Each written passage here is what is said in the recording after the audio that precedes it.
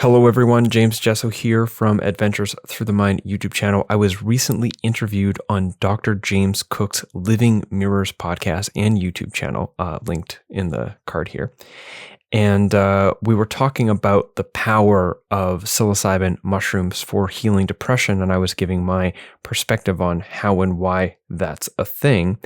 And we were talking about the healing capacity of psilocybin and how it relates to psilocybin as something with an intelligence, and why the mindset with which we enter into our psilocybin experiences is incredibly important for the accessing of that intelligence.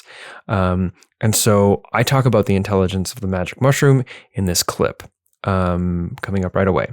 If you're new to the channel, we got a lot of stuff here about psychedelics, psychedelic culture, medicine research, living a good life, integration, all the rest. So please subscribe and hit the notification bell. And if you like this clip, please check out Dr. James Cooke's interview with me, episode 144 on the Living Mirror podcast, which will also be linked in the description here. So please enjoy. With psilocybin, I believe truly that it wants to, like all mushrooms in a larger ecosystem, it wants to bring about what needs to be done to return wholeness to the system.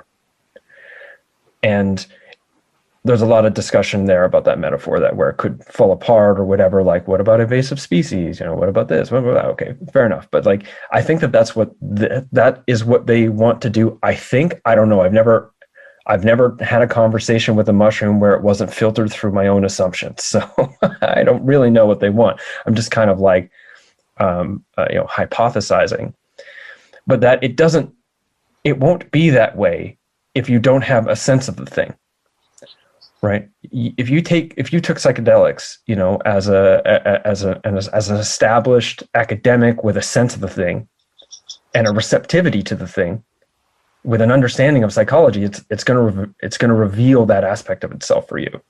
Mindset, like the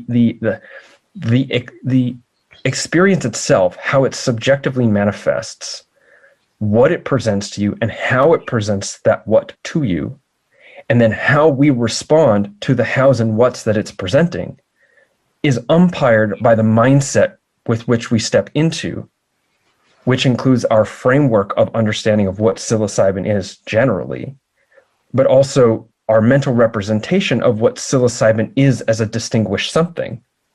And then, of course, how that fits in the larger web of our life.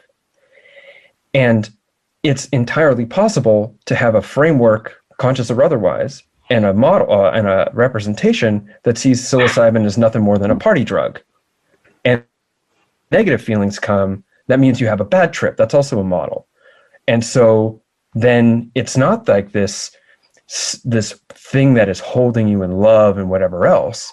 Because of that, it's this thing now, this drug that is now assaulting your mind. And so the what's and the hows now change, and how you respond to it changes. And what you have on the other side could still be generative. Anything a psychedelic experience offers you can be made generative, bad trip or not, afterwards, by the manner in which we choose to work with it or get supported in working with it.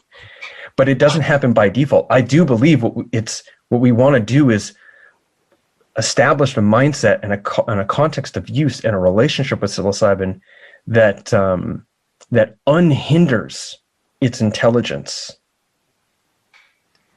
And it's very easy to obfuscate that intelligence with our biases and our assumptions and blah, blah, blah. Even if we're thinking really positively about it, it's really easy to come out the other end and say, I know what the mushroom is. No, you don't. You only know what the mushroom revealed itself to you, revealed itself as to you, in according to what you had for it going in, even if you experienced things you weren't anticipating. It can only work with what you got. I'd like to think that over time, it learns you as you learn it. And then what you've got for it and what it's got for you can grow in complexity and coherence. Throwing you curveballs every now and then, because that's what it is, You get cocky, you get a curveball. But yeah, so it's not definitely like that. One final comment that I'll just leave here at the end is the bifurcation I created, which is like educated academic to recreational user. Obviously, you don't have to be an educated academic. My point there was that because indigenous use or deeply spiritual ceremonial use, these can also sort of unhinder the emergence of psilocybin's intelligence.